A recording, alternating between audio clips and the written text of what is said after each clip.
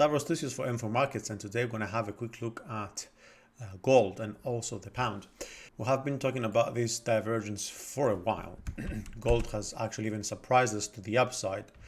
We've garnered attention above the 61.8, headed up to the 79 next. Of course, there was a swing high at 1960 or something. We've gotten that out the way, and now we are going down, and we're going down impulsively. And impulses usually contain 5 waves, which means any short-term upside, it's likely to be followed by another leg to the downside. If we go as high as this low over here at 1900s, chances are going to increase, okay? But we will have to retake the 1910 for a potential continuation to the upside. So as long as we are below the 1910, then chances for an upside continuation are not that high. At the same time, you will also notice that this is around where the 50 Fibonacci retracement of the downward leg is, around 1911, okay? And that makes this a more critical level. If we remain below 1897 or so, 96, that is going to make things a little bit easier. Now, if we are indeed in a downward leg, this is going to probably give us a correction to closer to the 38%. This is what usually happens. So the 1900s is back on the table, okay? The issue I do have is I don't see any short-term signal here that suggests that we might follow with a leg to the upside, which means that we might find resistance at the 50 RSI and then start rolling downwards again. The first leg to the downside is perhaps going to take us closer to the 1825 rather than not, with probable stop at 1833 first. Okay, so because we've already tapped that level, okay, we've come into that territory rather than just rejected.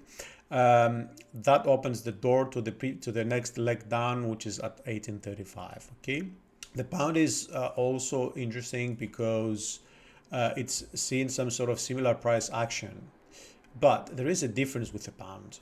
The pound has broken outside this channel. Okay, it hasn't found support even in the short term for that particular leg to the downside, which suggests that this is probably an ended 5-wave leg to the upside, which then suggests that we might be due a pullback. And this pullback might be kind of in the medium term.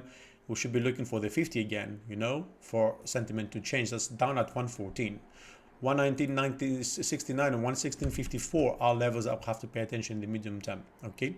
Now, we have fallen outside the channel, but, and contrary to gold, we do see oversold territory and a hidden bullish divergence, which means that if we manage to recapture the 61.8 around 120.70, sorry, we are below it now, then, you know, we should aim for the 121.45.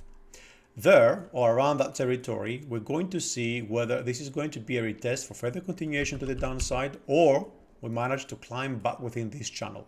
If we climb back within this channel, then this is going to mean that we are returning back with this upside trend, okay? And of course, the next leg to the upside above 122.20 would be the 123 or so. But at the same time, let's not forget that we have to look at the shorter term as well. Going down on the 1 hour brings the 123 again. That makes it a very, very, very big and important level, okay? Which means that even if we do revisit that level, it doesn't necessarily mean that we're just going to go up, okay? What we really have to see, we have to see, first of all, in the shorter term, 122.60, yeah, just below the 123. But also, we would prefer to see the leg over here, you know, to go up straight away, i.e.